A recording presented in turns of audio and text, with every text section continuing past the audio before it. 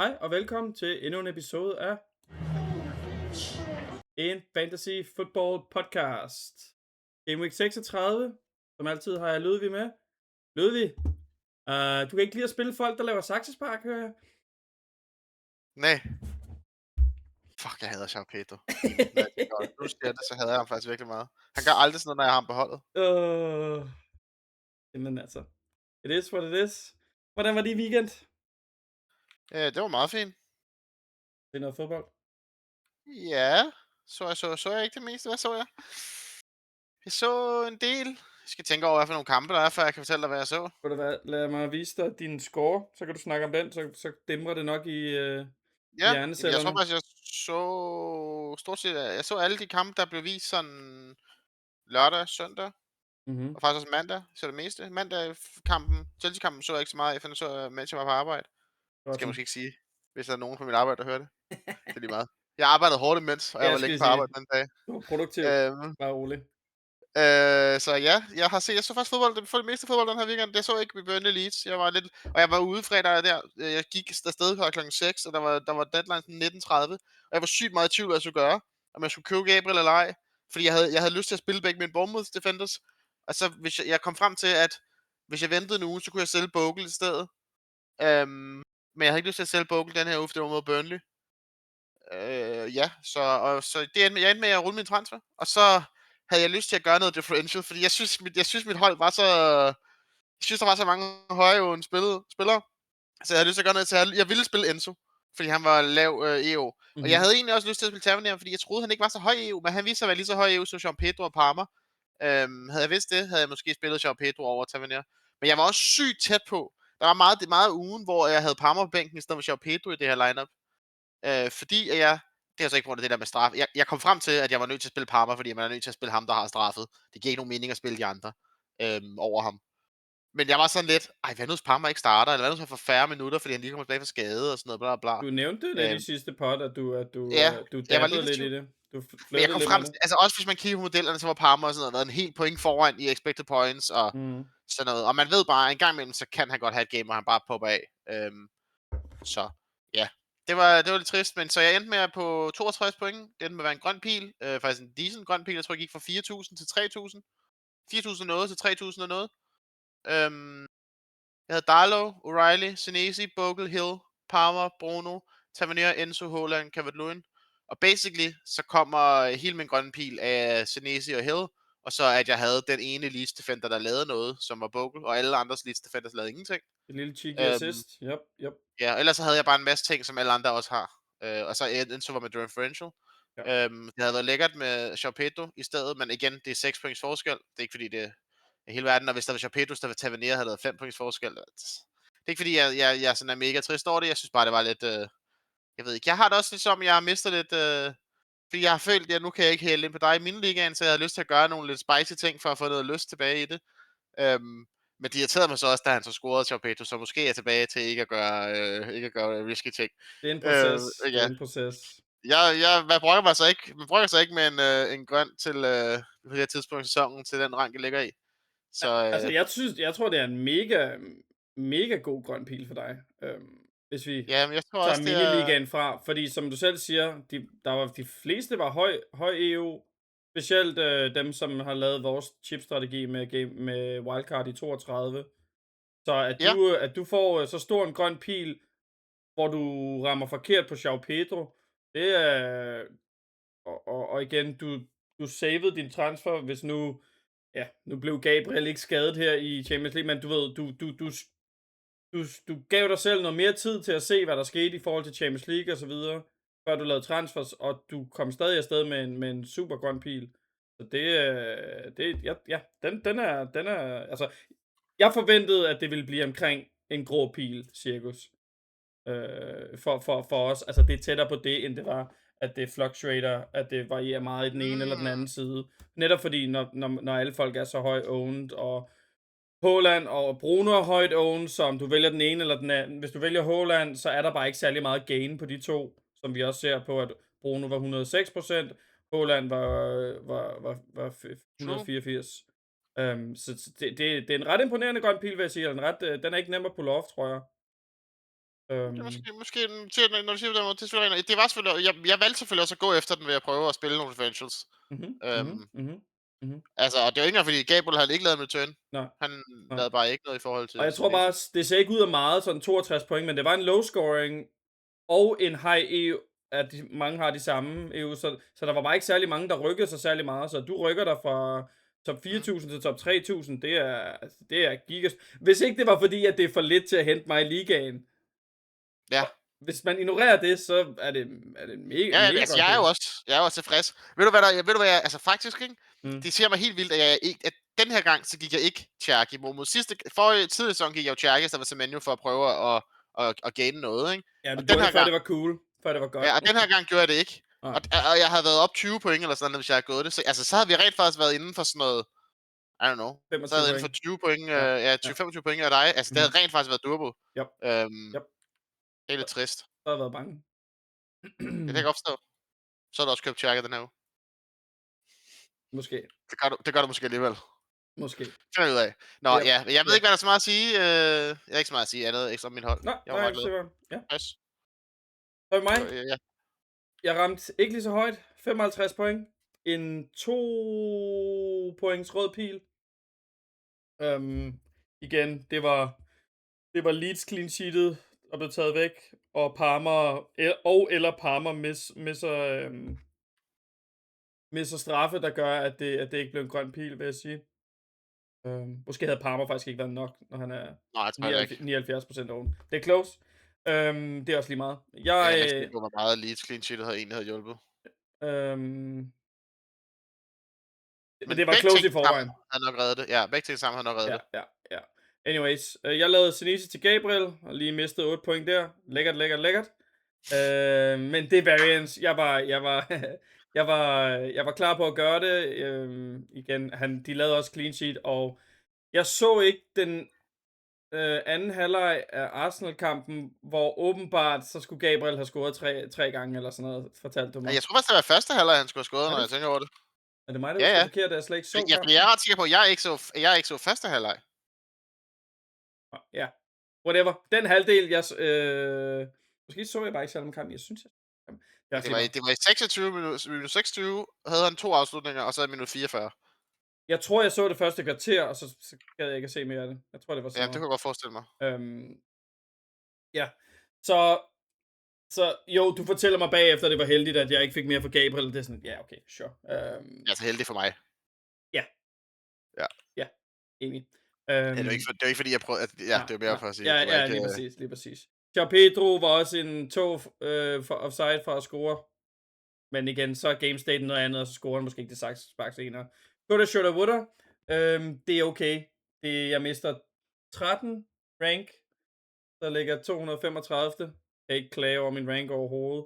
Var glad for min jeg kan lige sige, hvad mit hold var. Darlow, Hill, O'Reilly, Struijk, Gabriel, Bruno, Palmer, Semenyo, Haaland, Calvert, Lewin og João Pedro. Den eneste ting var, at inden vi pottede, og inden jeg fik hørt nogle flere kloge hoveder snakke om FPL, var jeg rimelig klar på, at jeg ikke ville spille Struijk. Fordi det vi snakkede om, lidt ligesom det med Crystal Palace, at ja, det kan godt være, at man spiller mod et dårligt hold, eller et hold, der ikke er farligt, men der er en okay chance for, at de scorer et random mål. Altså, det er jo derfor, at de fleste ikke ligger over 50% clean sheet odds.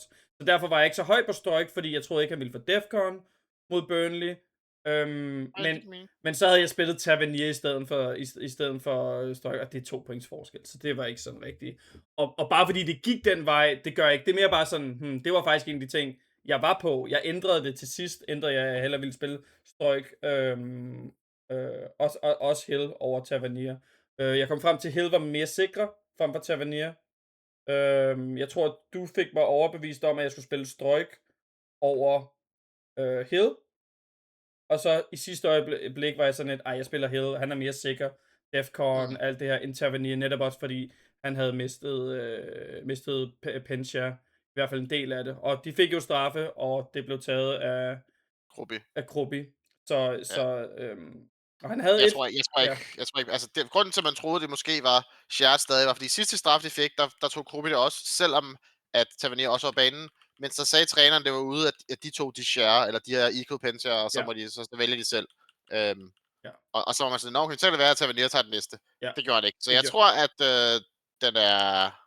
den er done med Tavernier. Ja, Også fordi han spiller den, ikke han spiller ikke som 10, så han ser ikke lige så farlig ud. Ja, han han i spiller hvert fald wing. ikke.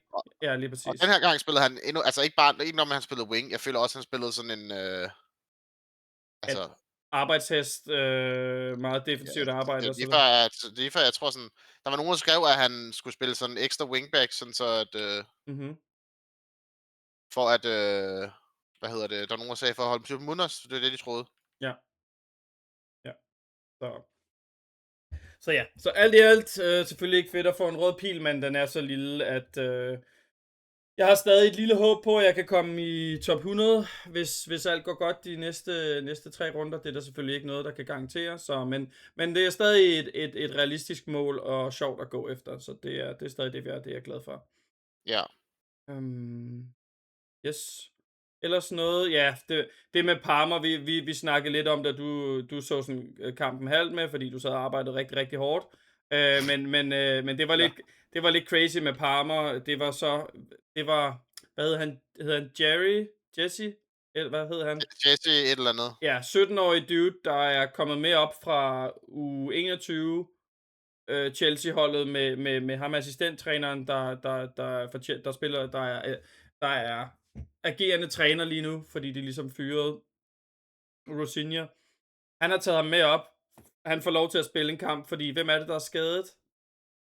Der er en eller anden, der Jamen åbenbart, altså både Nito og Garnacho plejer jo at være med, så jeg ved ikke lige, hvorfor de ikke er med. Ja, der var et eller andet, men jeg synes, jeg hørte, at en af dem blev skadet, eller... at en af dem så var blevet skadet, så de valgte så at spille ham med den 17-årige. Han får debut, og så støder han så hovedet sammen. Han skal op og hætte til en bold, støder hovedet sammen med en 18-årig bak fra det super roterende, hvad hedder det? Ja, Nottingham Forest. Nottingham Forest hold. Og det, jeg har ikke set noget lignende. Jeg tror, de bruger 10 minutter på, at han bare ligger, og der sidder 6 mennesker over ham, og skal sådan holde ham hans nakke og sådan nogle ting, og de får ham sådan vippet op, lige så stille og roligt. 6 mennesker med deres hænder, alle sammen, et sted på hans krop, sådan får ham også borgen ind under, og så ligger han stadig på borgen i 5 minutter. Men i straffesparksfeltet, så Chelsea får straffe for det. Og Parma står bare der og i 10 minutter bare skal stå og kigge på en, der måske bare er en grøntsag, eller resten af livet, eller who knows. Jeg har faktisk ikke hørt, hvad der er sket med ham. Jeg håber selvfølgelig, at han er okay, men jeg har aldrig set noget tage så lang tid, og jeg håber, jeg ved ikke, hvad jeg helst håber på, om det var inkompetence for dem, der skulle bære ham ud, eller om det var fordi, at der var et eller andet ekstra specielt dårligt ved hans situation. Men det så meget underligt ud, fordi man har set andre tidspunkter, hvor så er der bare en, der bare holder hans nakke, og så løfter de andre ham op på borgen imens. Og det var åbenbart meget sværere. Ja, jeg har ikke undersøgt det mere. Men jeg kan godt forstå, at Parma overhovedet ikke, altså han lavede sådan et lille nudelskud ud, vattet skud ud, som nemt blev pillet. Han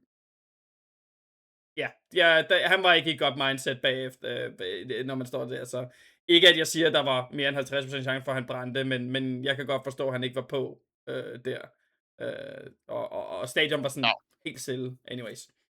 Så det var sådan lidt crazy, det har jeg aldrig set før i fodbold. Ja, han var rimelig høj owned anyways, Parma, så. Men lad os gå videre til noget Rob T. Hvis man ikke følger ham på Twitter, så burde man gøre det. Gode grafikker. Til at få en idé om, hvad for nogle teams to target, clean sheet wise og projected goals wise. Vi har jo en double game week for Crystal Palace og City, så City ligger øverst på virkelig, virkelig op.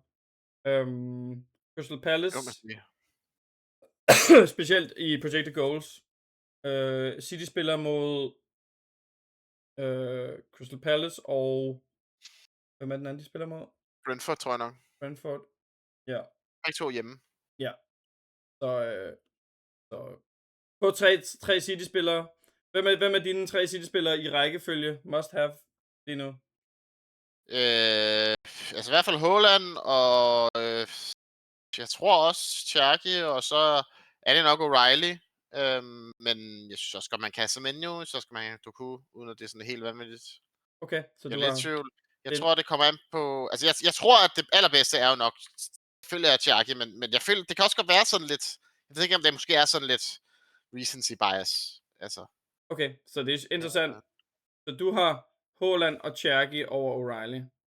nej, det ved jeg ikke, om jeg har. Jeg tror, men Okay. jeg har i hvert fald Haaland på, at du skal have Haaland, for han er bedst kaptajn. Og så er jeg lidt i tvivl, om jeg har nogen midtbaner. Jeg tror jo, alle midtbaner er fine nok, så jeg har jo nok O'Reilly. Men det er fordi, jeg er lidt i tvivl, om jeg hellere vil have 2 midtbaner, om jeg vil have O'Reilly, hvis jeg selv kunne vælge. Øhm, Ja. så jeg ved, jeg ved det sgu ikke helt. Ja, jeg er på Haaland, O'Reilly, og så er det close mellem Cherky og Semenyo, men jeg kan bedre lide Cherky. Men ja, det er også, nu er Semenyo blevet skiftet ud et par gange tidligere, hvor det plejede at være måske Cherky, der blev skiftet ud, eller Doku. Vanvittig kamp af Doku. 2 crazy mål for ham. Det må man sige. Ærgerligt for City i forhold til title race. Der er stadig en chance, men nu skal Arsenal tabe eller spille uafgjort, for det overhovedet er en ting. Men noget jeg hørte, som jeg måske tror er rigtigt, det er, grunden til, at Semenyo er blevet skiftet ud de sidste par gange, er fordi, de har ikke været foran. Det er game state Det er den dependent. der Twitter-threads, hvor ham der... Ja, men jeg hørte det igennem en podcast fra nogen, der så havde læst Okay. Twitter-tingen. Men jeg kan godt se ideen om, at hvis de er foran, så er det måske Semenyo, der bliver inden, for han er god til at holde på bolden, få noget stabilitet, hvor Cherky, han er deres mest kreative output, så ham holder man på banen i stedet for Semenyo, specielt når Semenyo ikke har så meget tur i den i øjeblikket. Så holder man Cherky inde og skifter Semenyo ud, når man skal chase point, og de var bagud. Og så putter de Foden ind. Så jeg tror, den er mere tæt, end hvis man bare kigger på, hvem der er blevet skiftet ud her på det seneste. Ja, også. Øhm, Men jeg vil så sige, den anden kamp, hvor Semenyo, han fik færre minutter, ikke? mm-hmm. Var de også bagud der? Fordi altså, det skal jo holde... Altså ham, der Bagud har sagt eller det der, close? ham, der har sagt det der, ikke? Det er jo ham, som jeg nogle gange linker til, som jeg har snakket om, ham, der er sådan City-predictor, og som plejer at være spot on. Altså plejer virkelig at have god sådan logik i, hvad han siger, og han plejer sådan at kunne læse Pep rimelig godt. Altså sådan, decently godt i hvert fald. Altså, hvor meget det nu... Det er jo sådan lidt umuligt. Ikke mit niveau, men han er deroppe af. Jeg forstår. Ja. Altså for eksempel kampen mod Burnley, der bliver han jo også skiftet ud, og de har været foran i 60 minutter, og så bliver han skiftet ud i 65. Hvor meget er det foran? De får 1-0. Ja. Men stadigvæk. Det vil jeg bare for at sige, den der ved jeg ikke helt om. Nej, okay. Men der skal de jo chase, fordi i den game state, der er de lige på point og lige på goalscore, så der er goalscore relevant. Ja, der skal de selvfølgelig chase mål. Yep. Og det er selvfølgelig også det samme. Det kan man godt argumentere. Ja. Jeg tror stadig, altså jeg tror lige meget hvad teorien er, så tror jeg stadigvæk, at Cherky virker mere sikker på spilletid lige nu. På mere tid. Og det virker til, at sådan, Doku, jeg tror måske mere det den der Doku-ting med, at hvis de er foran, hvis de er bagud, så kan de godt, hvis de er foran, så kan de godt tage Doku ud. For han er ligesom den der unlocker modstanderens forsvar. Ja, ham og Cherky, vil jeg sige. Især hvis modstander foran er måske mere en ting, så tager du ikke de to ud. Enig. Det er enig. Men mindre du kunne have fået rigtig mange tæsk, det får han en gang imellem, så er det bare sådan, som man er nødt til at tage imod. Altså. Ja. Så. Ja, men det er super close med dem, og du kunne synes jeg også er interessant. Jeg har faktisk ikke kigget på hans minutter, hvordan det har været, men erindringsmæssigt, så virker det som om, han har spillet mange minutter på det seneste. Jeg husker som, han tit bliver skiftet ud. Det passer ikke. Så. Men det er måske før den her kamp. Ja, han har 90, og så havde han FA Cup'en, det er selvfølgelig ikke, så havde han 90 mod Burnley, 88 mod Arsenal, 76 mod Chelsea, så er der FA Cup, og så før det 90, 30, 90, det er så imellem Champions League. Ja, men han har nok også gode minutter. Ja, så hvis folk vil gå efter en differential, så er han det har nok også noget at gøre med, at, altså jeg føler også, det har noget at gøre med, at, altså der er ingen, altså der backupsen, der gør det godt. Nej. Der er ingen af dem, der skal tro deres minutter, som gør det godt. Nej. Jeg føler, det ville være meget anderledes, hvis der var nogen af dem, der gjorde det godt. Ja, Mamouche gør det ikke godt, og Savinho gør det ikke godt. Har aldrig gjort det godt. Foden gør det ikke godt. Foden gør det heller ikke godt. Og han er den, der kommer først ind. Ja. Og han har lige forlænget 4-årig kontrakt, tror jeg. Nå, det vidste jeg ikke. I dag. Okay. Det var sådan noget, der var rygter om det i går, snakke om. Jeg tror, den er underskrevet i dag, uden at jeg er helt 100. Så hørte jeg, at den var i hvert fald længere i processen, at basically done. Han underskriver til, var det til 31? Sådan, er det sådan 4,5 år Det ved jeg kontrakt? Ja, anyways. ikke. Ja, det lyder da meget rigtigt. Så det har måske også noget at sige i forhold til, at så, ja, specielt også hvis de ikke føler, de kan vinde ligaen og sådan nogle ting, så kan det være, at han begynder at få minutter, og så kan det jo være for Cherky for eksempel. Men han kan også spille på højre i stedet for Semenyo. Det må vi se. Det kan være, at Mamouche får noget spilletid, så de kan sælge ham til sommer. Jeg tænker ikke, han er okay med bare at sidde på bænken hele tiden. Det er nok ikke. Jeg tænkte også, det var det første, jeg tænkte, at de har sikkert gjort det sådan, så der er ikke nogen, der kan presse deres pris om, at han snart går, og så skal de have færre penge for ham, og bla bla og sådan noget. Ja. Så det er lidt et wash, men jeg synes, Doku er i det område, hvor det er, man er ikke crazy, hvis man køber ham som differential nu her. Enig. Og jeg synes, man kan altså virkelig godt differential, hvis man kører Haaland, Doku, Cherky. Fordi Cherky har ikke, han havde måske lidt mere EU, men han har stadig lav EU. I hvert fald i toppen. Det kan være, der er flere andre steder i verden. Nu assisterede han igen, og der er en masse, der Ja, og har han assisterer også i knee-jerk. prisen, men han var stadig kun 15% i forhold til Semenyo 77. Ja, Det er altså ikke alle, der kommer til at knee-jerk den anden vej. True. Og det er ikke engang halvdelen af alle dem, der har Semenyo. Det tror jeg simpelthen ikke på. Nej, det tror jeg jeg får ikke nok transfers til. De er nok nødt til bare at holde og håbe. Ja. Jeg føler også, det er noget, man skal... Men ja, hvis man nu har nogle transfers, som man skal købe nogle City ind, for man ikke har dem for, så man selv kan vælge, så er det en god måde at differentiere på. Altså hvis nu Mindeligaen har Semenyo, Haaland og Riley, så kan man gå Haaland, Doku, Cherky. Yep. Enig. Jeg synes i hvert fald, der er muligheder. Ja. Og at uden tvivl, City er bedste offensivt den her uge, og man skal kaptajne en City-spiller. Det skal man. 100%. Det skal man. Og så er spørgsmålet, om man kaptajner Haaland, som kommer nok til at være 200% EU eller mere, så man bare håber, at man gør det, fordi man tror, der ikke er noget bedre muligheder, eller så gør man det på en anden en, og håber, at de outscorer, og håber, at de bliver mere end Haaland. Ja, og han bliver nok mere end 200%, for der var stadig okay mange, der havde triple captain tilbage, hvilket var lidt scary. Så jeg regner ikke med... Jeg er meget glad, hvis jeg har en grøn pil, den her. Ja, for der er også mange, der kommer til bench boost og sådan noget. Det er noget med, at hvis man... Jeg så, hvad der Harry, der skrev, at hvis man averager sådan whatever score, man tror, de får ud fra modellerne, så ender man ved ikke at spille en chip, så ender man med en rød pil på 8 på average. Damn. Det lyder hårdt. Altså, ud fra rundt af chips. Ja. De giver fordi et bench boost er sådan average 16 point, og triple captain average 13 eller et eller andet. Og så med den mængde, der er tilbage, så... Så top 100 er sgu hårdt for mig nu. Shit. Ja, jeg tror også, det er svært. Men altså, det kræver bare, at man er lidt heldig. Ja. Det har jeg jo været i sæsonen indtil videre, så lad os håbe på det. Crystal Palace. Jeg ved ikke, hvor meget vi skal gå ind i det nu. Kan vi måske snakke om nogle andre end Crystal Palace? Og så begynde at snakke... Brighton? Ja, det kan vi godt. Brighton er højere på mål end Crystal Palace, som har 2 kampe. Brighton er højere på clean sheet end Crystal Palace, som har 2 kampe. Det er fandme sjovt. Mågerne har tur i den. Det forstår jeg ikke, men Wolves må også være så dårlige. De må virkelig have tænkt Mågerne eller Wolves dårlige. Dårligste angreb i ligaen, så vidt jeg husker. Ja. Og Mågerne har haft gode stats på det seneste. Yep. Så det er måske ikke helt dumt. Nej, jeg håber på en grose kamp. Ja, det gør du vel. Ja, altså, lige nu, med den her måde, så ærger det mig over, at jeg ikke gik, fordi at jeg endte jo med at have en ekstra meget benchen headache sidste uge, fordi jeg havde ekstra meget Chelsea, og den her uge ender jeg med at være sådan, skal jeg spille Tavernier? Det har jeg ikke lyst til. Og du bare har Grose, som er free, eller bare lækker at spille. Yep. Kan du ind på noget hensyn? Nej, jeg ved ikke. Jeg har kigget lidt på det, men... Han ser sgu... Altså, statsene ser sgu nice ud for ham. Ja, men true. Men det kan vi tage, når vi kommer dertil. Men ja. Spil alle ens Brighton-spillere, og sådan en som Welbeck, om det kommer vi måske ind på, er også super, super interessant. Ja, ham har jeg overvejet, at jeg skulle købe, faktisk. Ja. Det vi se på. Ellers Liverpool ligger op over 2 i projected goals. Der kan vi jo sige noget om, de har jo en del skader nu, så sådan en som Szoboszlai, han er jo nok bare nail på straffe lige nu, og skal nok spille sådan noget 8-10'er. Ja. Kommer ikke til at spille bak. Det har de ikke. De har ikke nok Jeg føler bare ikke rigtigt, at han kommer frem til nogle muligheder. Altså selv. Han kommer aldrig frem til muligheder. Nej, han havde den ene der. Han har han har faktisk virkelig... Jeg kiggede jo lidt på ham sidste uge, ikke? Altså, jeg kiggede lidt på ham til free hit, hvor jeg synes, han havde dårlige stats. Så endte med at tage ham, fordi at modellerne godt kan lide. Det er jo kun fordi modellerne godt kan lide, at jeg troede, han var på straffe. Yep. Jeg er også stadig sikker på, at han er på straffe. Han får ikke Defcon mere. Han har altså virkelig dårlige stats. Men han har hjørne på den ene side.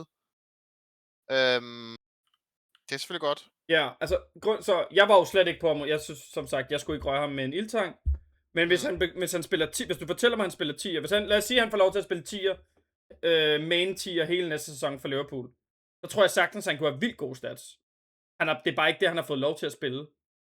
Ja, det ved jeg ikke selv, men han spiller ikke 10'er her. Han har ikke spillet 10'er på det seneste. Nej, okay, Han spillede heller ikke 10'er i den kamp, der lige var. nej, Altså, han spiller mere sådan en... Det er mere 8'er, McAllister, der spiller 10'eren. Men ja, det er som om, de sådan spiller dobbelt 8'er-agtigt. Jeg præcis, føler bare heller præcis. ikke... Og han er ikke sådan... Nu fik han selvfølgelig nok selvtillid på lige at sparke den der ind. Men jeg har det som, han er ikke så... Altså, han er ikke så selvisk. Han er ikke selvisk nok. Han Nej, sparker ikke. og det er jo, men det er jo også det, han er blevet brugt til. Han er blevet brugt til at være den der, for det første bare den der bare spiller 1-2 med Salah og sådan noget, da Salah havde tur i den. Og så har han jo været spillet bak. Han har været deres altmuligmand. Men som fodboldspiller, synes jeg, han er vanvittig meget talent. Har han vanvittigt meget talent. Så hvis han får lov til at spille en kreativ rolle, så kunne jeg sagtens se, at han laver nogle vilde ting. Øhm, så jeg synes ikke, han er et dårligt shot nu, hvor fordi Salah er ude, at han så er på pens, og nok kommer til at spille den der lidt aggressive 8'er. Øhm, men Ja. igen, jeg har ikke set så meget Liverpool på det seneste. Jeg ved bare, han er en god fodboldspiller, og hvis han får lov til at spille en mere kreativ, flydende rolle, så tror jeg faktisk, han kunne komme op med noget lækkert. Så hvis man gerne vil ind i noget Liverpool, så kunne man gøre det.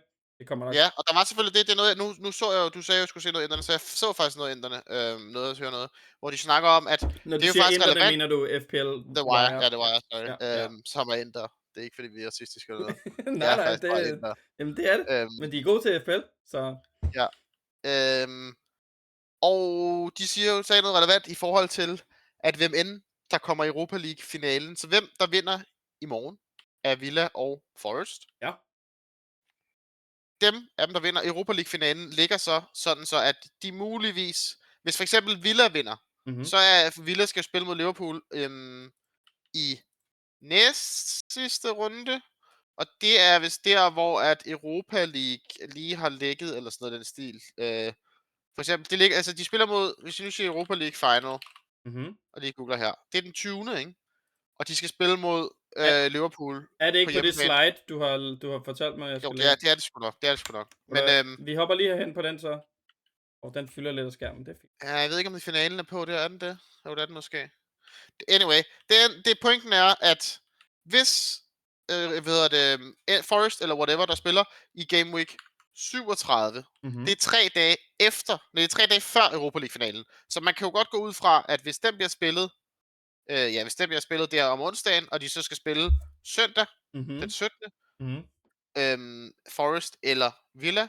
Forest skal spille mod United, og Villa skal spille mod Liverpool. Og der kunne man godt tænke, at de sparer, fordi de har en europæisk finale om 3 dage, og hvis de er sikre til Champions League og så videre, ikke? Yep. Forest sparer, selvom de ikke er i finalen, så. Så ja. Ja, nej, det gør de nok ikke, vel? Det gjorde de jo. Det er det, der er min pointe. Nå, men de sparede selv, fordi de skal spille i dag. Ja, men det er bare for at sige, så, Hvis de er i finalen, så sparer de. Så vi er ret sikre på, at de sparer til finalen. Det er det, jeg mener. Ja, 100%. Også bare, altså, det kommer de til at gøre. Det er 3 dage inden og sådan noget. Der er no way, de ikke gør det. Ja. Så er spørgsmålet så, fordi, og så er der, det gør det samme med, at okay, skal man stille sit Bournemouth eller ej? Fordi Nottingham Forest har Bournemouth i uge 38, og hvis de nu har vundet i midtugen, i, den der Europa League, hvor excited, hvor meget kommer de til at spille Game Week 38 så? Ja. Kommer de bare til at spille reserverne, hvis lad os sige, de kan ikke ryge ned, og de har lige været i midtugen, har de vundet og været ude at fejre, at de har vundet Europa League.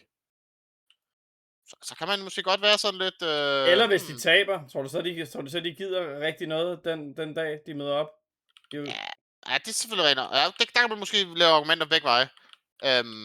Der tror jeg stadig hellere, jeg vil hellere møde et hold, der lige har tabt den finale, end et hold, der ikke har spillet.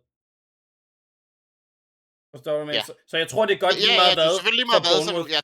Det kan jeg, den følger jeg. Den er med på. Men ja, man nok hellere have, de vinder og mere... Ja, det tror jeg også. Og måske bare spiller hele ungdomsholdet eller et eller andet, hvad ved jeg. Ja, det er selvfølgelig deres sidste hjemmebanekamp og sådan noget, det siger jo noget, ikke? Men så vidt jeg har forstået, at det er en ting. Jo, det er det. Man vil gerne give fansene noget, det er jo klart. Ja, og så den sidste kamp og bla bla. Alt sådan noget pjat, ikke? Mm-hmm. Så ja, det giver noget værdi til at holde på Bournemouth-spillere, som vi er ved at sælge ud af nu her. Det er mere om det gør det relevant, og fordi hvis det er Villa er videre, så kan det være, at du måske gerne vil købe Liverpool-spillere, fordi så har de lige pludselig sådan et okay program, så vidt jeg husker, ikke? Jo, det har fordi så har de, hvad de har, er det Chelsea, de har nu? Og Chelsea er noget elendigt. De har Chelsea nu i den her weekend, og de har Chelsea på hjemmebane.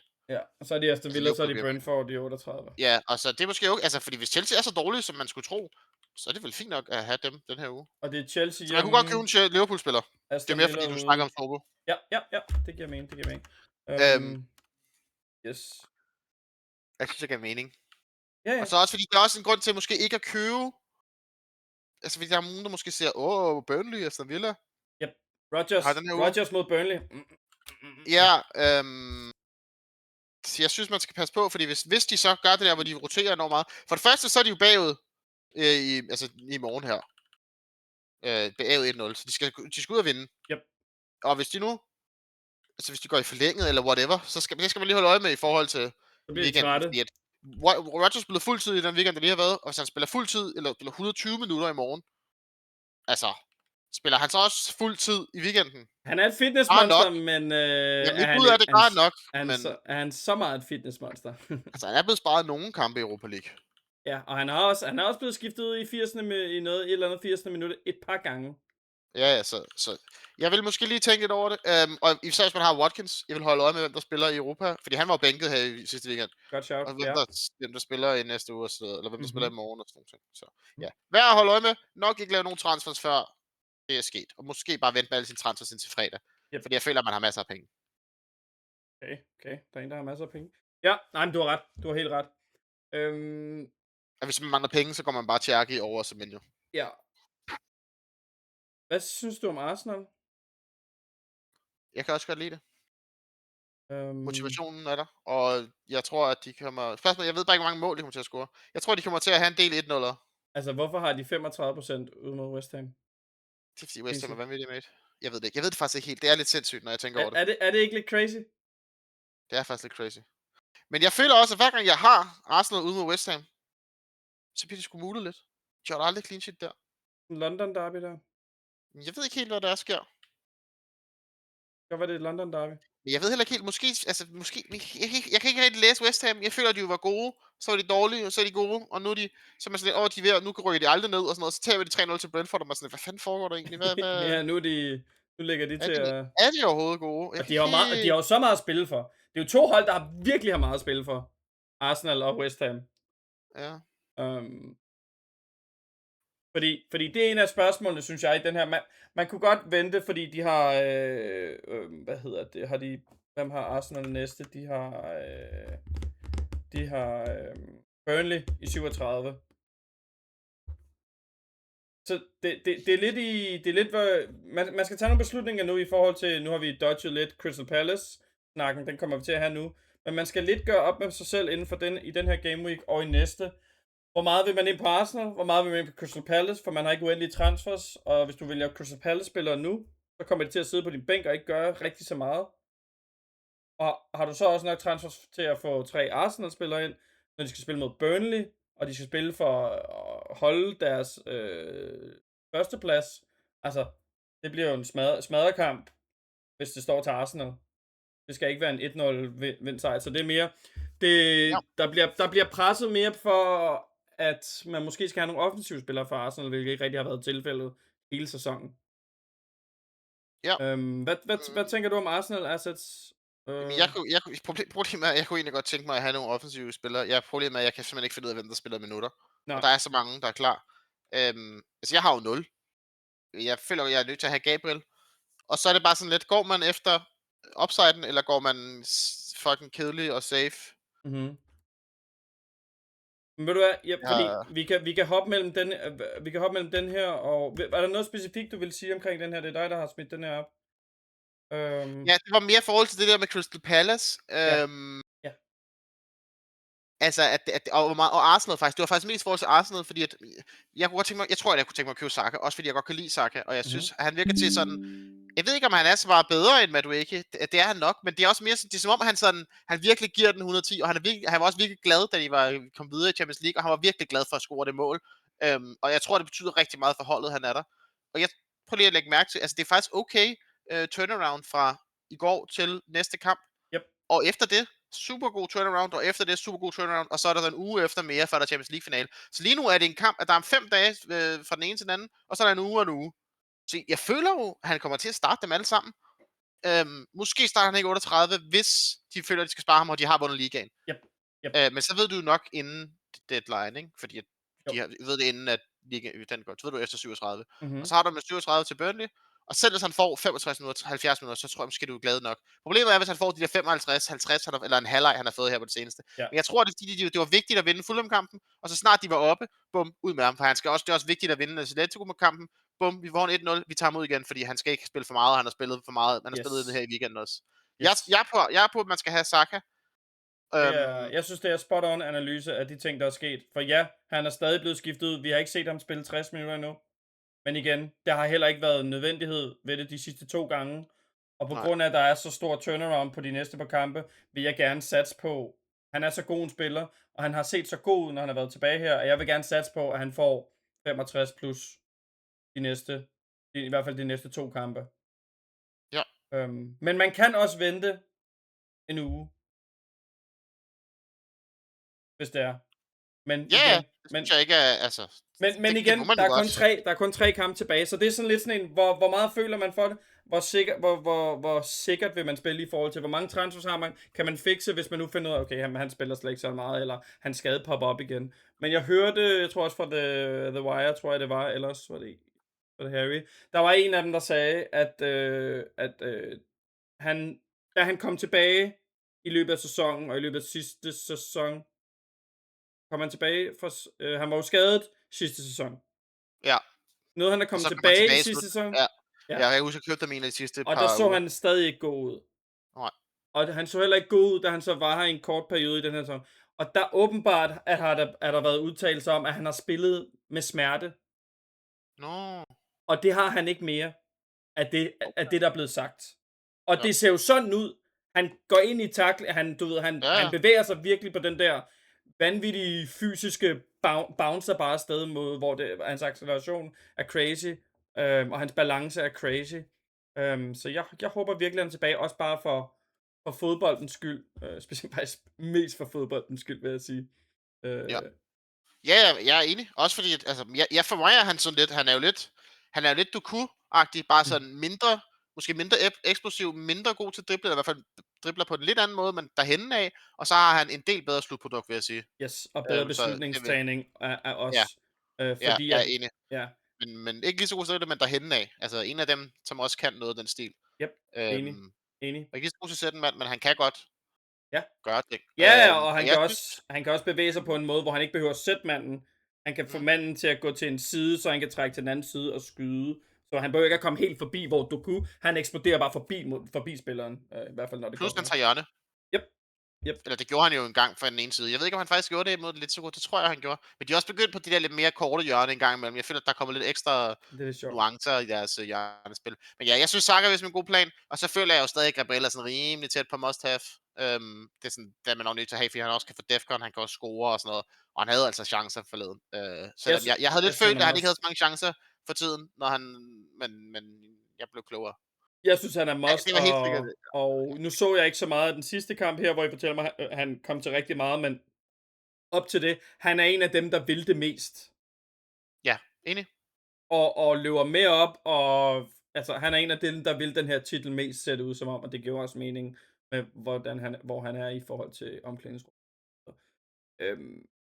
Men okay, hvis man ikke har Gabriel nu, eller man lige har brugt en transfer på Gabriel, men så tænker man også, skal man have Saka? Der er også mange, der faktisk er forholdsvis positive omkring Gyökeres, selvom Havertz er tilbage. Så der vil jeg ikke selv gå hen, og måske var udtalelserne der også inden kampen i går.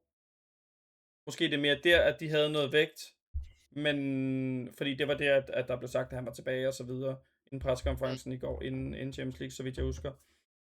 Så jeg er ikke rigtig så meget på Gyökeres gokkefar.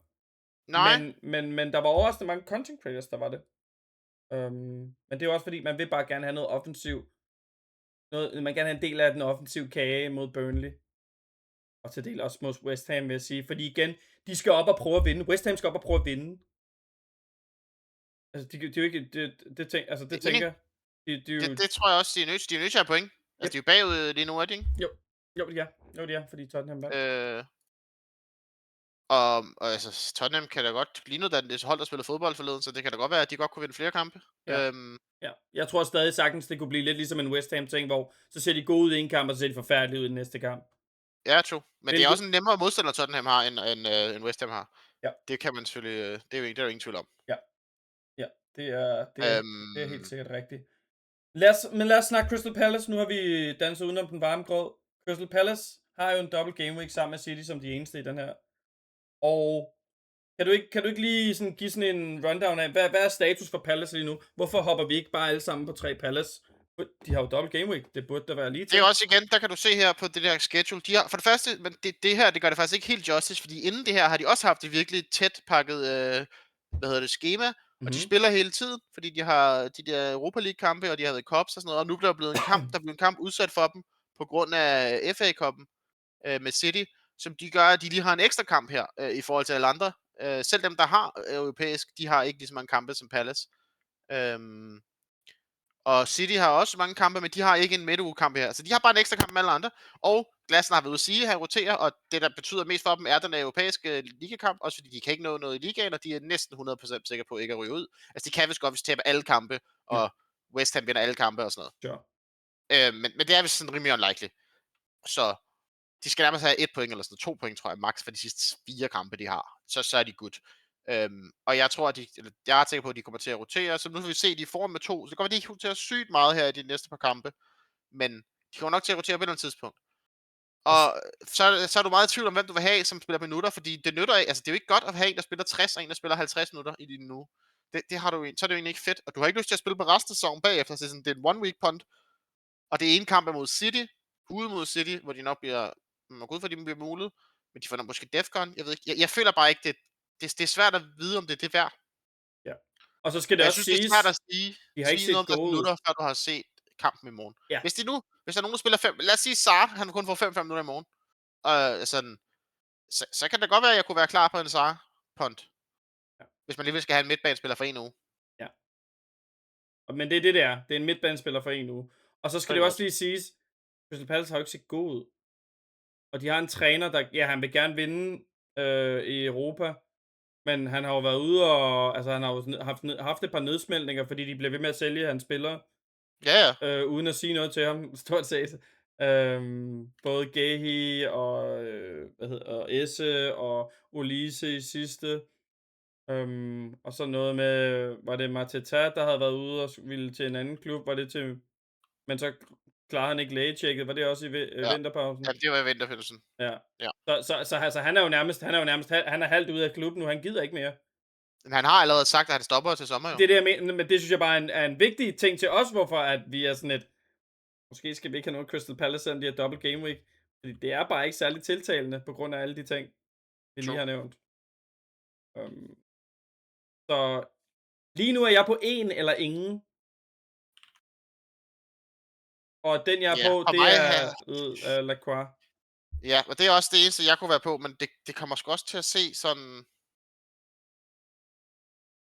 Ja, det kræver også, hvad man sådan. Det kommer an på, hvad der sker i morgen, og det kommer an på, hvad jeg synes med mine spillere. Fordi det kan godt være, hvis jeg føler, at jeg skal have nogen til at spille nu, så kunne jeg da godt være på det. Cool.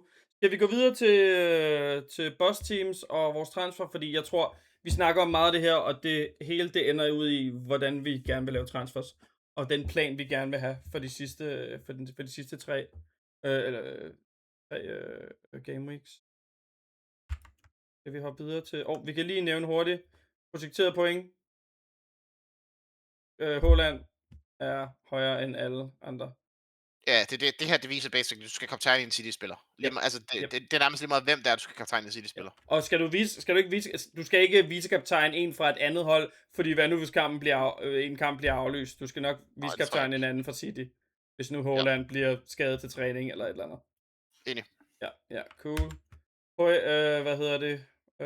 Når jeg ikke har en god vicekaptajn, tror jeg. Projected goals. O'Reilly er rimelig god. Anyways. Ja, det har jeg. Semenyo ligger deroppe stadigvæk i projected goals, så selvom folk gerne vil videre til Cherky. Altså jeg er jo der, hvor Hvis man kan bruge pengene, han er jo, hvad er det, han 1,5 million billigere eller sådan noget, Cherki. Så hvis man har Mhm. transfer nok, og kan bruge pengene på noget med noget True. Saka-ballade, så synes jeg, det er worth at skifte. Ellers, hvis det bare for at gøre det, fordi det, så synes jeg ikke, der er ikke så stor nok forskel på dem, vil jeg sige, til at ændre det, hvis det bare er for at lave en transfer. Man ikke skal bruge pengene til noget. Specielt også, og det er også en anden ting, det er sådan en underlig dans med, vi skal angribe de sidste 3 fixtures, alt efter hvor glad man er for sin rank, men jeg synes, man skal ud og chase nogle point her, synes jeg, uden at det bliver for crazy. Men det er også ret godt at have en eller selvfølgelig har man en transfer, når man kommer ind i sidste game week, men at have 2 eller 3 er heller ikke dårligt, fordi der har man måske fundet ud af, hvem der er på stranden. Du ved, om hvem man Ja. måske ikke er sikker på at spille mere. Måske er det bare et wash anyway, så måske man ikke rigtig kan bruge de transfers til noget. Men der er en stor chance for, at det ikke er de stabile starting 11, der spiller det i den sidste kamp. Så der kan man bruge Yep. nogle transfers der. Helt enig. Ja, hvis der er i hvert fald, der vil stå med, at, så vidt jeg forstår, altså det Venus Arsenal har vundet og har fejret i uge 37 hjemme hos Burnley. Altså sådan, Yep. kunne de også bare spille noget random? Yep. Kunne de ikke? Jo, de kunne helt sikkert. Alright. Så ja. Lad os så videre på noget boss team. Ja, det her det er mit boss team. Skal jeg læse det op? Van Bryggen, O'Reilly, Senesi, Bogle, Hill, Van Hegge, Parma, Bruno, Semenyo, Haaland kaptajn, Calvert-Lewin. Så har jeg, Darlow bænken, Tavernier, Chapetto og Enzo. Jeg er rimelig sikker på, at jeg kommer til at lave Parma til Saka.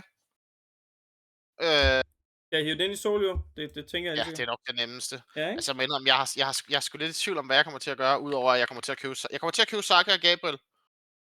Er jeg så næsten 100 på. Er den her? Ja. Jeg er ret sikker på, at Parma til Gabriel, Parma til Saka og Bogle til Gabriel kommer til at ske. Mhm. Og så er spørgsmålet, så er jeg ret sikker på, at jeg vil spille Hill over Tavernier, det var også det, jeg viste på boss-teamet. Ja.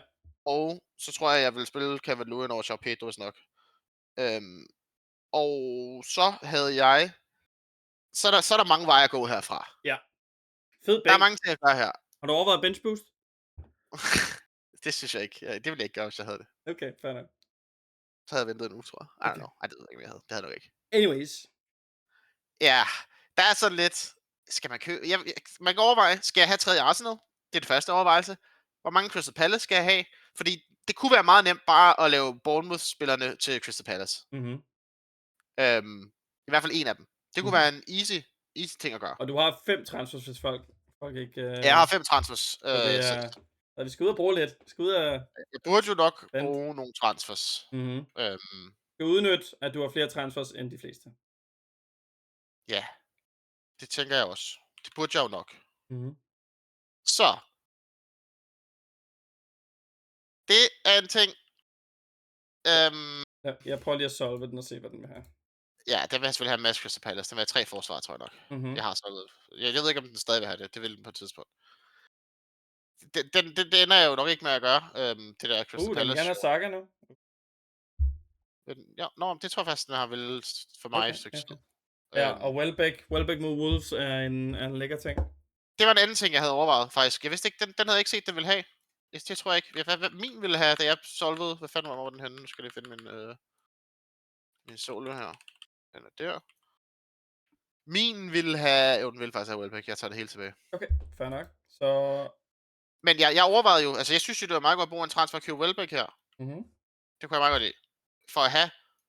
Fordi jeg synes, han er mere sex. Altså, han var jo mere sex end Gross i sin tid. Og den eneste grund til, at man købte Gross, fordi man har bedre med minutter, ikke? Men nu var Welbeck jo en gang kamp om ugen, bla bla, så han er nok egentlig meget nice. Og det er suverænt det bedste... hvad hedder det? Fixture. Ja, og den her uge, og de har flest point og bla bla. Mhm. Jeg tror også, han er den, der er højst en non-double game week projected den her uge, sammen med Bruno. Welbeck.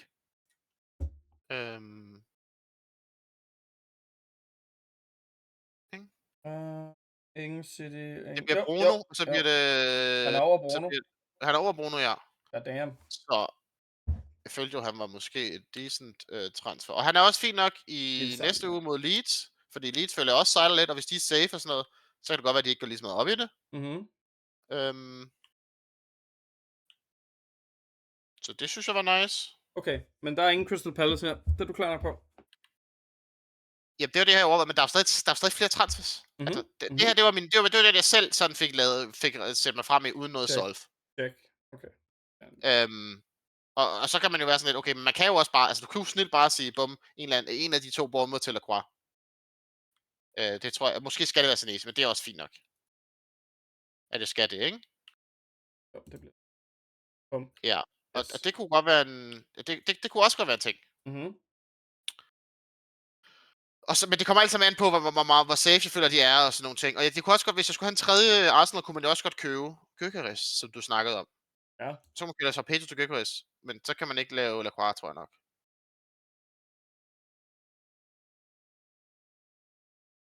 Kan man slet ikke stadig. Så skal man bruge nogle dollars. Ja. Nå, så skal man lave Semenyo til Tjerke, det er sådan, det var. Og få nogle penge.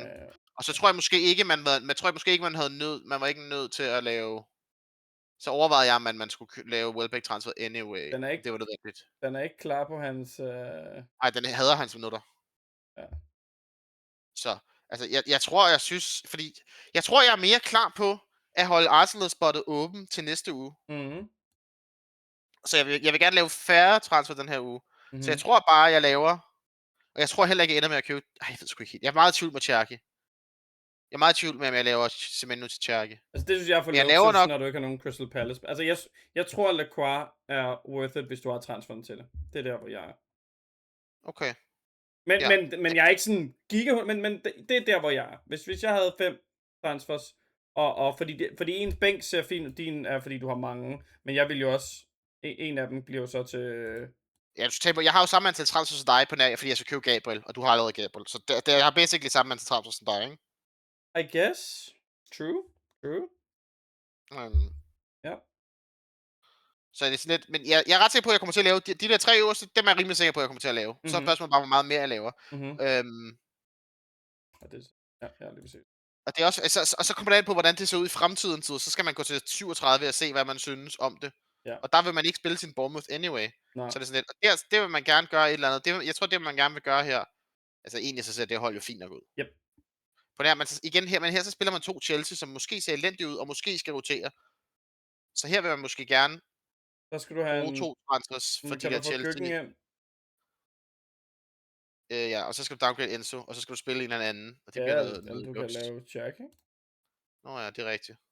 Så vil man måske gerne have gjort det tidligere. Men det er måske... Ja.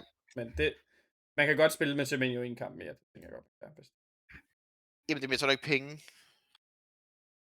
Jo, du mener i den her uge. Men ja, det med, du behøver ikke at lave Cherky til Semenyo til Cherky. Det er i hvert fald det, jeg har overvejet, og jeg synes, men det kommer meget an på, hvad der sker med sådan med, Ja, men altså, det er jo, jeg kan godt forstå, det er en af de her. Der er ikke nogen, du overvejer at Tavernier til, så hvis du ikke gør Welbeck, for eksempel. Ja, jeg har også kigget på Tavernier til Sarr, er jo også en ting. Ja, Tavernier til Sarr, eller Tavernier til Henselwood, hvis du ikke gør Welbeck, er jeg. Altså, Henselwood har haft, jeg tror han ligger nummer 1 i XG, eller sådan noget, inden for de, whatever. Et eller andet. Og ja. Han har virkelig gode stats. Men hvad er det, vi spiller op? Hvis vi skal have Henselwood, hvad er det så, vi spiller op mod hinanden? Sarr versus Henselwood. Okay, ja, men det er mere, hvorfor ikke? Men du er nødt til at spille til Welbeck plus et eller andet ved os, ikke? Er det ikke det? Ja, du er nødt til ikke at have Welbeck, ja. Ja, det er selvfølgelig rigtigt. Du kan få Welbeck, hvis du tager det spørgsmålet er, om du vil have Welbeck plus noget, eller om du vil have... Pedro, I guess, eller Calvert-Lewin, hvem du vil spille af de to. Ja, og der er måske mere på, altså, hvis det er Henselwood mod Welbeck, så føler jeg, at Welbeck vinder, selvom der er bare fordi han er straffe også, ikke? Ja, men ja. Jeg synes, den er close, men jeg kan godt forstå, det kan jeg godt forstå. Du får en bedre bænk i forhold til, at det er lort at have Bournemouth. Altså, jeg vil gerne have Tavernier ud af mit hold. Det skal selvfølgelig ikke, man skal ikke bare lidt kigge på det og kun, men det er sådan, det er rart at få, fordi de spiller mod City 37, det er rart at få nogle af dem ud. Så Tavernier, han ligger lige til højre benet for, at jeg skal af med ham, men... Ja, altså, hvis du tænker på den der line, der er Bogle jo væk fra Gabriel. Ja. Det er selvfølgelig Hills, det spiller man ikke Hill. Ja, Der er jo noget, der er væk der. ja. Det er sådan her ud, eller sådan her ud, hvis du har købt Lacroix, ikke? Jo, og jeg tror måske også, det er derfor, jeg ikke er så fantastisk klar på at købe. Jeg føler måske ikke Lacroix, for jeg har Han er lyst til at sælge fin. mit Chelsea. Men Han jeg har får lyst til at sælge mit Defcon. Tottenham her. Jeg vil hellere eller sælge mit Chelsea mod Tottenham, tror jeg. Virkelig? Hjemme mod Ja, det tror jeg. altså, jeg synes jo, folk er for hårde mod Chelsea, på den måde, at hvis João Pedro havde scoret på den, hvor han er en 2 for offside, hvis, hvis Parma havde scoret på sit straffe, og det kan man sige, ja okay, men det er det, der gør, at de ikke går. Okay, men hvis du dømmer, der er mange kampe, der kan gå den ene eller den anden vej, alt efter om man scorer på et straffe eller ej. Da de, True. da, Jeg vil da så også sige, altså, Rosinha, ja, det er jo nærmest totalt fuld B-hold, når han forestiller med. ja, men ja, jamen, enig, og der er ting, der ikke fungerer for Chelsea, det er vi enige om. Men det ændrer ikke på, at Parma og João Pedro er gode nok fodboldspillere til, at de kan lave det, som... Altså, João Pedro 2 mål, Parma 1 mål, kunne sagtens være sket. Og så snakkede vi helt anderledes om det, fordi jeg er jo ligeglad med, om Chelsea vinder kampen, hvis mine 2 Chelsea-spillere laver point. Forstår du, hvad jeg mener? Ja. Jeg tror, at de er gode fodboldspillere, selv på et hold, der ikke er særlig godt sammenspillet på den måde. Jeg tror stadig, deres chancer for at lave point er gode. Både mod Tottenham, også mod et Liverpool-hold, som har set forfærdeligt ud defensivt og organisatorisk på midtbanen på det seneste. Og de kommer til at have dårligere spillere offensivt, fordi de har så mange skader. Det vil sige, folk, der ikke er lige så gode til at holde på bolden, gak på, han skyder på det første, når han har den. Der kommer til at løbe meget den anden vej. Så jeg ved godt, jeg prøver ikke at overtale dig til, at vi skal være enige om, hvor gode Chelsea assets er lige nu. Jeg siger bare, hvorfor jeg er mere klar på Chelsea assets. Jeg elsker også Parma, ingen tvivl om det. João Pedro er jeg også rimelig stor fan af. Men det er bare, jeg har ikke set noget, der gør, at jeg, nej, dem skal jeg af med. Altså, João Pedro, ja, som sagt, scorede et vanvittigt mål, og var super tæt på at score et inden det. Parma skulle have scoret på sit straffe. Han ser ikke vildt god ud lige nu. Det er vi enige om. Men med de wings, de spiller med Chelsea, skal du så lige se, hvem der er klar til at spille næste kamp. Men de får også en del straffe og sådan nogle ting. Altså, der er masser af routine. Parma spiller jo selv wing, ikke? Det er du med på. Ja. Men så Enzo, whatever. Dem, der crasher ind i boksen og sådan ting. De har fået mange straffe her. João Pedro er også god til at få straffe, når folk skubber ham i ryggen. Min point er, at jeg er ikke der, hvor oh my god, Parma skal ud af mit hold, og João Pedro skal ud af mit hold. Selvfølgelig, hvis det giver mening, og der er nogle bedre assets osv. Ja, for mig er det bare Saka, jeg synes er langt bedre, ikke? Og det er den nemmeste måde at få Saka på, det er Parma ud. Det jeg synes også, Enzo, det virker til, altså Enzo tog også hjørne på begge sider en del af gangene, lagde jeg mærke til. Det er jeg jo fan af. Ja. Og han var sådan nogenlunde, han var ude at skyde og sådan noget. Han virker også, som om han er lidt pumpet, men det virker også hurtigt, som om det kan sådan ned ad bakke. Og så er det mest det der med, at hvis de rent faktisk lige pludselig ikke kan spille for Europa, så giver det bedre mening for dem at spille for FA-koppen. Fordi hvis de vinder den, så kommer de i Europa League. Ja. Så jeg tror måske også, der er en chance for, at de roterer i den her kamp. Ja, men ikke... Altså, João Pedro kommer stadig til at starte. Parma kommer stadig til at starte. Ja, og Enzo også. Enzo er måske mere end der. Ja, det gør de jo nok. Men spørgsmålet om, de får nok ikke fuld tid og sådan noget. Måske, men altså, det er mere for at sige... Altså, jeg tror også, de kommer til at spille, hvis jeg skal være helt ærlig. De tre er kernen af holdet. Det er jo de andre, de kommer til at skifte ud i, fordi der er skader og ting. Altså, jeg tror igen, Parma, bortset fra hans skade, selv da han var skadet og løb rundt og havde ondt, de spillede ham stadig 90 minutter, og han spændede rundt på banen. Jeg tror det er for luksus for, hvis de begynder at skifte dem ud, medmindre de er foran med 2. Ja. Jamen, jeg kan jo godt følge det. De spiller jo stadig for Champions League også i ligaen, ikke? Jo, men det er jeg ikke sikker på, at de gør til den tid. Nej, der er en chance for det, selvfølgelig. Men det er derfor, hvis den er væk, så tror jeg måske, de kommer til at prioritere den FA Cup, som er lige bagefter. Som er nogle dage efter, ikke? Hvis jeg ikke tager helt fejl. Ja, men så kan man så også sige igen, det er deres assistentcoach, der er coach nu. Hvis det var en mere bombastisk, stærk træner, der bare siger, prøv at jeg sparer de gode spillere nu her, fordi vi skal spille det her ting. Jeg ved ikke, om han har nosserne til at... Der er mindre chance for, at han har nosserne til at gøre det, og heller bare sådan, nej. Han får at vide, at en eller anden, nu skal du gøre det her, du skal... Det kan sagtens være, men der er større chance for, at jo mere usikker træneren er, jo større chance er der for, at Parma og João Pedro får lov til at spille, hvis de gerne vil spille. Forstår du, hvad jeg mener? Ikke, at det er deres beslutning, men hvad hedder det, du skal have mere og mere selvtillid, om det kommer fra, at han får at vide fra bosserne ovenfra, hvad han skal gøre. Du skal have nok autoritet til at sige, at de ikke skal spille. Jo mindre autoritet du har, jo større chance for, at jeg spiller bare mine bedste spillere, fordi jeg skal ikke se dårlig ud. Jeg træder vandet her for Chelsea, indtil de får en ny træner. Jeg skal bare spille mine bedste spillere. Selvfølgelig ikke hovedløst. Selvfølgelig kan han godt skifte dem ud, hvis de er foran, eller når de ved, om vi skal spille FA Cup og så videre. Men jeg tror, de starter. Det tror jeg. Jeg tror ikke, det er let for lov til at starte. Jeg tror ikke, de har truppen lige nu til, at Parma ikke starter, for eksempel. Og så er det så bare, om han får 65. Altså, eller man... den køber jeg jo også. Det vil jeg sige, den er jeg med på. Men vi er enige om, at Chelsea er usikker lige nu. Men det er der, hvor jeg holder mere fast på. Selvfølgelig gør det noget for mit FPL-asset, hvis hold, man spiller på, ikke er samhørigt. Men hvis man er en god nok spiller, så kan man sagtens lave point alligevel. Så jeg er ikke så bange for Parmas route to points, João Pedros route to points. Der er selvfølgelig en chance for, at de blinker, selvfølgelig er der det. Men det er ikke sådan, jeg skal af med dem. Det var panik. Det er mere andre ting, jeg sætter dårligt omkring Chelsea-holdet. Og ligesom Bruno har vist, han er selvfølgelig en anden kaliber, i hvert fald i øjeblikket og sidste sæson. Han laver point lige meget, hvor lort United er. Det er sådan noget, han kan. Bedre end Parma, vil jeg sige. Parma er bedre, når ting jiver omkring ham. Men ja, det er bare for at sige, jeg er mere på, jeg skal have Tavernier ud af mit hold. Jeg skal have Senesi eller Hill ud af mit hold, så jeg har en bedre bænk til næste runde. Jeg synes, det er lidt luksus at begynde at tage...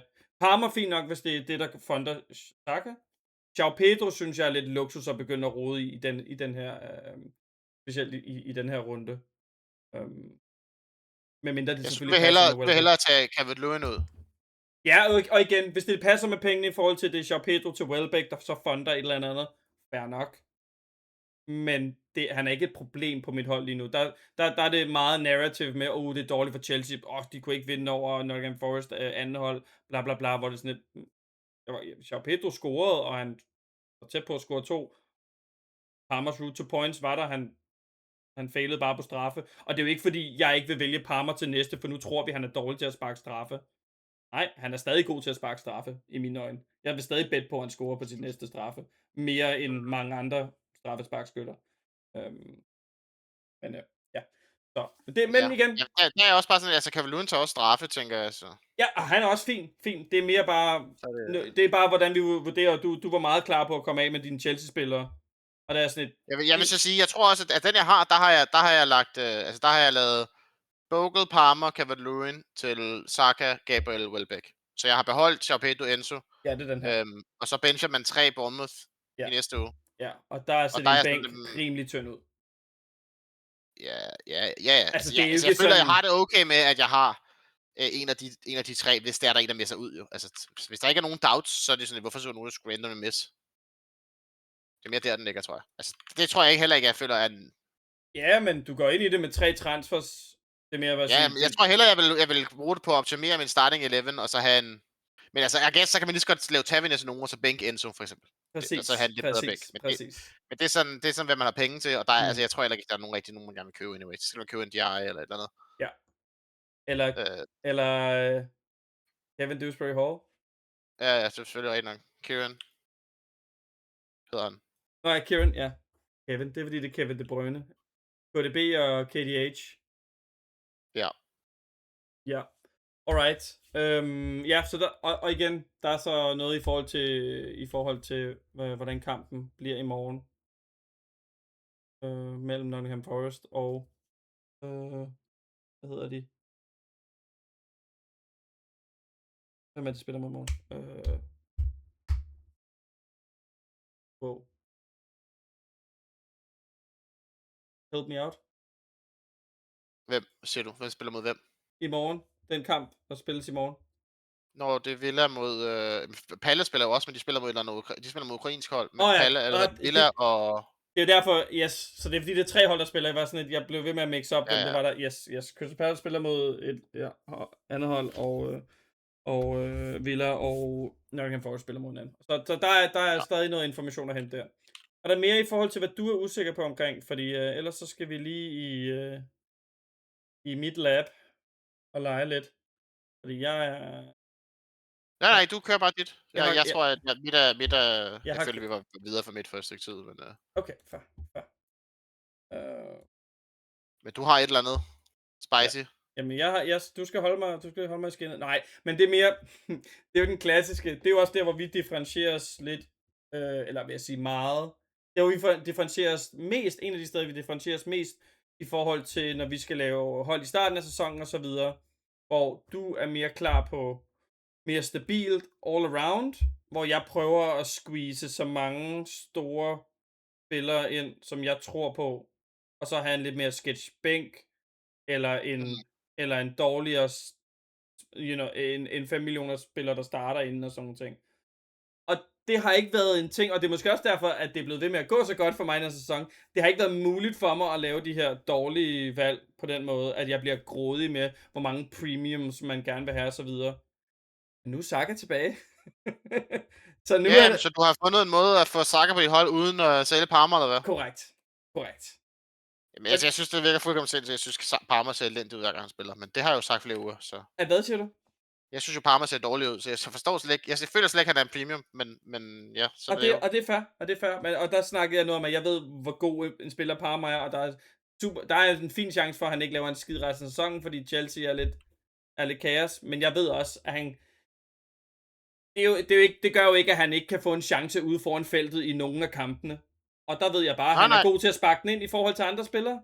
Ja, og han har stadig straffe, det kan man jo se. Ja. Men jeg synes bare, ja... Ja, så der er lidt forskel på vores, men ja, det er jo derfor, jeg gerne vil give lidt background til, hvorfor jeg stadig tror på Chelsea-spillerne.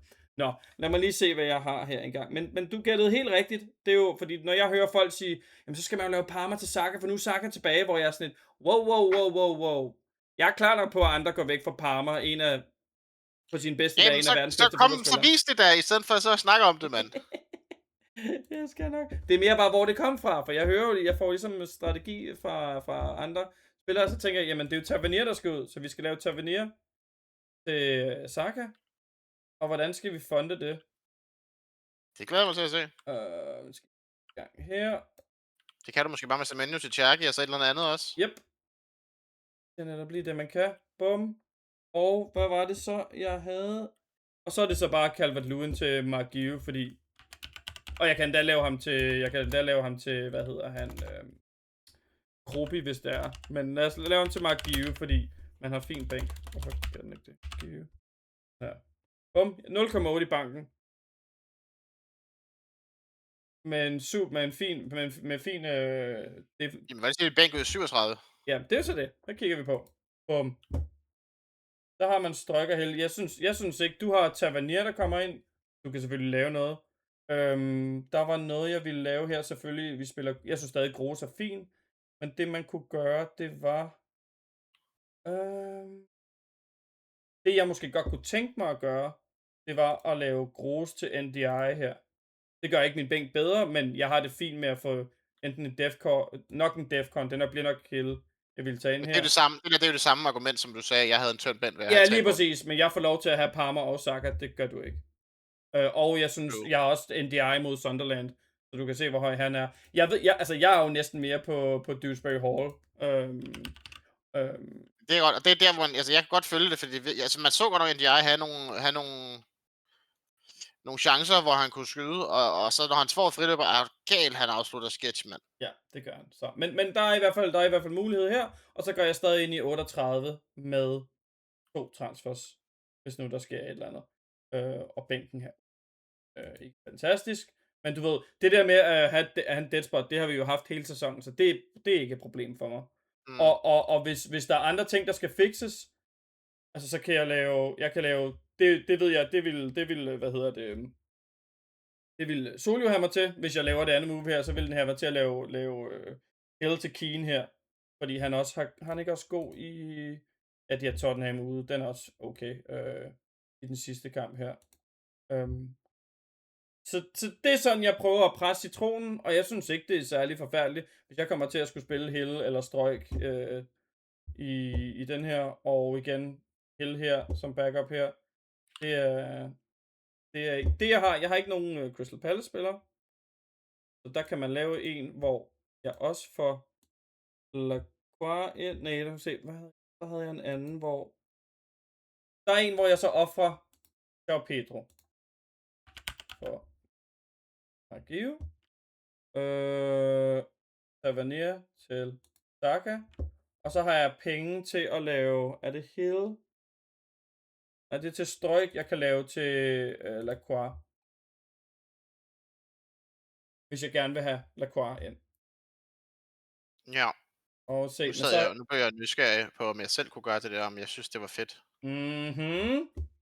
Men, ja, men jeg tror, du synes, det lød helt vanvittigt. Mhm. Okay, hvad skal du spille den her uge? Jamen, hvorfor er det ser så meget anderledes ud?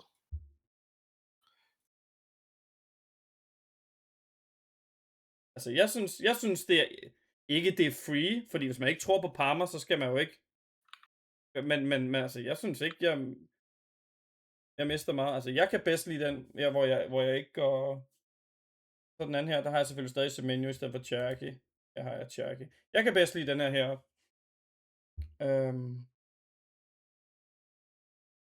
Og jeg ser heller ingen grund til at få Lacroix ind, fordi jeg kan godt lide at spille alle de her spillere. Så skal det være, fordi man ikke tror på... Kan jeg lave... Nej, jeg har ikke råd til at lave nogen af dem her til Lacroix. Ja, det ser du spille Parma og João Pedro. Ja, lige præcis. Og igen, det er fordi, ja, Chelsea har set dårligt ud, men Liverpool har også set virkelig dårligt ud. Og jeg er klar nok jeg ved ikke, jeg må indrømme, jeg havde nok spillet Hill over en af dem. Jeg har nok spillet Hill over João Pedro. Det ved jeg ikke, måske har jeg spillet Hill over Parma faktisk, fordi jeg bare synes, han ser...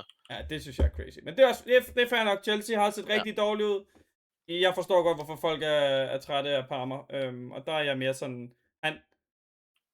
Med hvad random spillere, som vi ikke ser som gode fodboldspillere, og aldrig nogensinde har overvejet fantasy, der scorer en gang imellem. Det er jo ikke, fordi Parma har 0% chance for at lave noget som helst. Nej, true. Altså, fodbold er super random, og det er selvfølgelig... Det er jo ikke sådan, man skal tage beslutninger ud for det. Det er bare for at sige, han skal ud af mit hold, fordi han giver minuspoint. Og så bare sådan, nej, der er en fin chance for, at han laver point. Specielt fordi han har så meget kvalitet, når han er på bolden. Ja. Selvom Chelsea ikke jiver. Så det er der, jeg er lige nu. Jeg vil meget gerne holde også på João Pedro. Nu lavede han det der saksesparksmål. Det var rigtig flot. Jeg kunne godt tænke mig 2 offensive spillere mod det Liverpool-hold, der sejler defensivt og på midtbanen. Og de vil rigtig gerne også frem og spille noget fodbold. Så jeg håber på den klassiske basketballkamp. Frem og tilbage.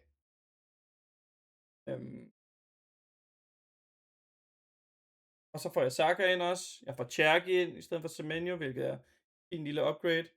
Jeg har 0,8 i banken, så det er ikke fordi, jeg er 0,0 låst på et eller andet. Og jeg har stadig 2 transfers i den næste.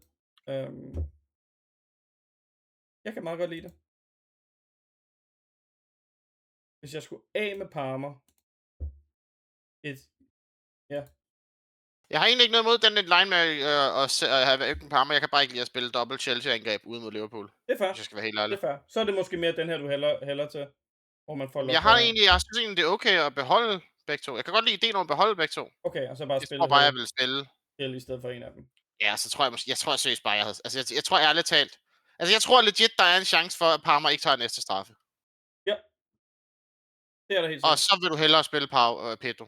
Ja, hvis jeg vidste det med 100% chance. Men fordi der ikke fordi der stadig er, lad os sige 70%, 80% chance for, at han tager den, så er jeg klar nok på det.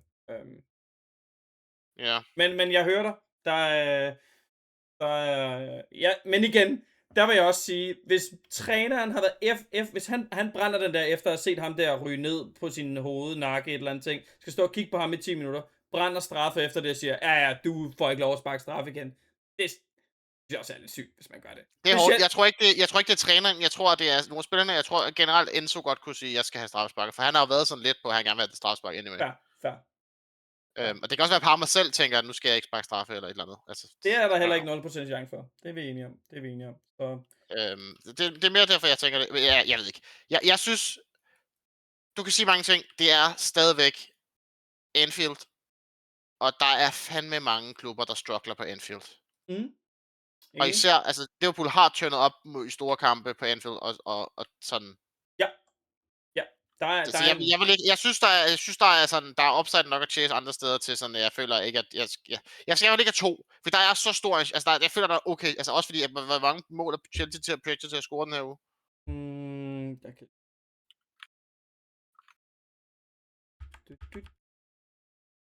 ja, Chelsea, de er langt nede.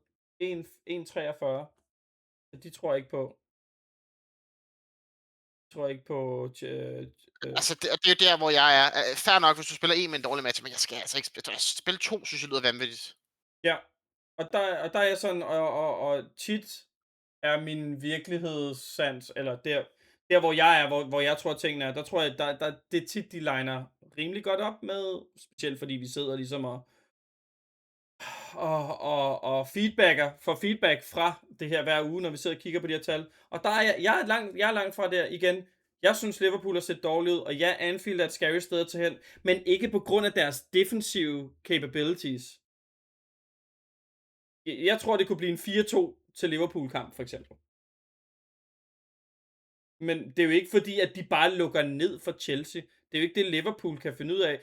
Da de jivede, da det kørte godt for dem under Slot, ja. Men det har de ikke gjort i noget. Der er en grund til, at folk tror, han bliver fyret. Så ja, jeg tror ikke, Chelsea er favoritter til at vinde. Selvfølgelig tror jeg ikke det. Altså, Chelsea har jo heller ikke... Chelsea kører jo helt elendigt for tiden. Altså, det er sådan helt vildt dårligt, det går for dem. Og igen, hvis Parma havde skubbet til straffe, hvis João Pedro ikke havde været 2 cm offside, så havde du ikke kunne sige det efter den her. Jeg ved godt, Jo, så har de spillet 3-3 med reserveholdet Nottingham Forest.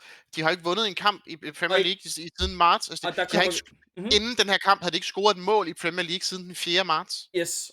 Og igen, der kommer vi tilbage til, jeg er ligeglad med, om de vinder kampen. Hvis mine 2 assets laver 2 mål og 1 mål, jeg er klar nok. Så er du glad. Ja, men det er fandme noget andet at spille hjemme mod Nottingham Forest B-hold, end at spille ude mod Liverpool. Ja, jeg regner Og heller Liverpool ikke. har intet, altså de spiller kun for den der, og de skal gå for Champions League, altså det skal de andre selvfølgelig også, men det er mere som at sige, puha mand. Ja, men der er det jo igen det der med, at Nottingham Forest stiller sig ned. Det er ikke godt for Parma. Folk, der gerne vil angribe, hvor folk kan løbe kontra, det er godt for Parma. Og det er Liverpool. De gør det mindre under Slot, end de gjorde det under Klopp. Men det er sådan, de har været ligesom City, de har været super leaky den anden vej. Deres midtbane har mistet så mange bolde. Jeg ved bare ikke rigtigt, om det der, det passer. Altså, Okay. det ved jeg simpelthen ikke, men jeg synes er rigtigt. At jeg føler, at alle de kampe, hvor Parma han muler, det er sådan nogle lorte, altså, han muler altid Wolves. Og Wolves skal ikke op og spille mega meget. Og Brighton, når de står højt på linjen. Det er rigtigt, der var Brighton sidste år. Men altså, men det er fandme lang tid siden. Ja. Men det var også bare fordi, de randomly ikke spillede defensive midtbane. Det er jo sådan Brighton nedsmeltning, det gang sker. Helt sikkert. Og det er fair nok, du ikke tror på Chelsea, som jeg gør. Men du har været lige så meget med mig på at sige, at Liverpool har set forfærdeligt ud. Og det har været mere defensivt og på midtbanen, end det har været offensivt. Jeg vil sige, altså de har jo været okay gode på altså, de har ikke været gode defensivt, men de har jo været en af de bedre hold. Altså hvis du siger, lad os sige, du tager den der, lad os sige, vi tager siden, I don't know, jeg ved ikke hvornår, det er i slutningen af februar indtil nu, og du så vælger XG allowed, så er Liverpool det 4. bedste hold, altså, eller omvendt. De er faktisk virkelig dårlige. Okay, fair nok. Yep. Og det er sjovt, at du har glemt det lidt. Altså, vi har jo... Nu er det Chelsea, vi sviner til, fordi de er virkelig en dårlig periode, og det er de. Det er de helt sikkert. Men Liverpool har været i en forfærdelig periode. Nu Chelsea er bare i en endnu dårligere periode. Men igen, så går jeg så tilbage til, hvis jeg stadig vælger de 2 virkelig gode spillere, så kan de stadig godt bare lave noget. Jeg tror ikke på, at Chelsea vinder den kamp. Der tror jeg, at Liverpool vinder den kamp. Men jeg tror, den bliver 3-2 eller 4-2 til Liverpool. Ja, altså hvis man siger fra 10. april, jeg ved ikke, det er bare for at vælge noget mere reason. Det er sikkert, jeg ved ikke, hvornår det er tidligt april, men der er de en af de bedre defenders. Men det er de sidste, det er Game Week 32, det er kun de sidste 4 kampe, så det er ikke så godt sample size. Jeg tror på, at det Chelsea-mandskab kommer frem til nogle chancer mod det Liverpool-hold. De ser ikke stabile, og de ser ikke særlig godt, organiseret ud. De er nok overall et bedre hold end Chelsea lige nu. Det disputer jeg ikke. Men det er jeg lidt ligeglad med, så længe mine FPL-assets laver point. Ja, det er fair. Det går meget imod bookmakers, må man sige. Ja, og det var lidt det, der var min pointe. Det var jeg overrasket over, hvor meget det gik imod det. En ting er, at vi to ikke er enige helt om, hvor de to er i forhold til hinanden. Men det, og så det, jeg skal måske tænke en ekstra gang over det, når jeg ser, at de er nede på 1,43. Og det var derfor, det var der min pointe. Okay, så det er ikke så tit, at jeg er så uenig med bookmakerne sådan her. Men Liverpool har selvfølgelig også lavet clean sheet odds, så det er jo nok sådan en kamp, hvor de tror, den bliver 2-1. Højst sandsynligt bookmakeren. Ja. Og jeg tror, den bliver 2-2, 2-3. 2-4 er nok. Ja, det er det selvfølgelig ikke større chance for. Det er mange mål, ikke? Hvad siger du? Hvad siger Altså du? 4-2 til Liverpool, Ja, eller hvad? sorry. Yes, ja, lige præcis. Ja. Ej, det er ønsketænkning, hvis Chelsea om at score 4 mål på Anfield. Ja. Så. Ja, jeg ved ikke, jeg synes bare, det er bare sådan, det er sådan en kamp, der er mulighed for at Chelsea, især med den form, Chelsea ligger de er i, og de måske ikke har noget at spille for mere, og så videre, at så vil jeg måske tænke, der vil jeg sgu ikke have 2 spillere ud mod Liverpool. Ja. Øhm, Men der er også forskel på, om det er nogen, man skal. Altså, jeg køber dem jo ikke til den her. Jeg er bare sådan, jeg er klar på at have dem de næste par kampe også, når de spiller mod, Tottenham igen. Fordi som sagt, jeg tror, det er en West Ham situation, hvor jeg tror ikke bare, selvfølgelig er der en chance for det, jeg tror ikke bare, at de kører, som de så ud sidst, resten af sæsonen. Det tror jeg ikke på. Det er ikke der, jeg sætter mine penge. Jeg sætter mine penge på, de sagtens kan blive klasket 4-1. fair. Jeg vil også sige, jeg føler også, de er mere sådan opgraderet sig selv offensivt, end de opgraderer sig selv defensivt. Præcis. De går ikke bare altså man vil det er gerne også på hjemmebane og så videre. Ja, men de kommer også til at have fuld motivation, Tottenham, og Chelsea kommer måske ikke til at have så meget motivation. Nå, med mindre de tror, at det hele det går i kaos, så de gerne vil se gå ud, så de kan blive solgt til sommer. Det er måske det Parma tænker, I don't know. Ja, det må vi se. Men ja, så det der, okay, men du var ikke helt. Jeg kan godt lide ideen om at holde på, men jeg kan bare ikke lide ideen om at spille 2 Chelsea-spillere mod Liverpool. Altså, jeg kan godt se ideen i at holde dem til de to, for de to kampe er jo fine. Og det er også derfor, jeg har beholdt Enzo, hvad hedder det sådan. Altså, det største forskel, det er jo en transfer ekstra for mig, at jeg skulle gøre det der, hvad hedder det, med jeg skal have Give i stedet for. Ja. Så den er måske ikke, det er det, der gør den sådan lidt sketchy. Men det er faktisk samme antal transfers, hvis det er, at hvis jeg laver Jack til Semenyo, ikke? Hvis jeg lige går tilbage på din. Det var ikke den der. Det ender med de samme spillere, på nær at jeg ender med at have Welbeck i stedet for Calvert-Lewin. Det er også godt. Eller Welbeck i stedet for Give. Det er det, der er forskellen. Og så er det Parma. Parma, João Pedro bænken, eller João Pedro Enzo bænken. Og så er spørgsmålet, om man har Welbeck den her uge, eller om man er nødt til at spille whatever, Bournemouth-forsvar eller en Chelsea-spiller. Du vil lave. Jeg vil så ikke sælge Tavernier, tror jeg, fordi så jeg tror, jeg er nødt til at sælge Enzo. Enzo? Ja, det er for at have penge nok. Det er også fint nok. Ja. Du har allerede penge nok her, jo. Og du skal selvfølgelig også have Gabriel. Er det for Bogle?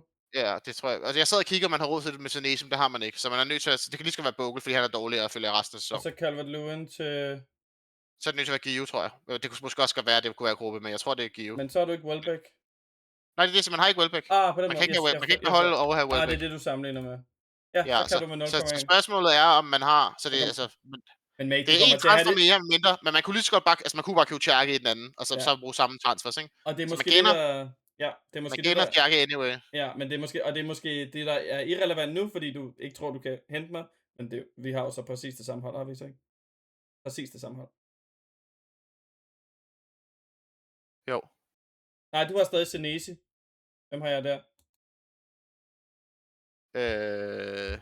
Har du ikke Hill? Nej. Jo, vi har du har Strøjk. Du har Strøjk. Har jeg stadig Strøjk? Ja, så det er Tavernier og Strøjk vs.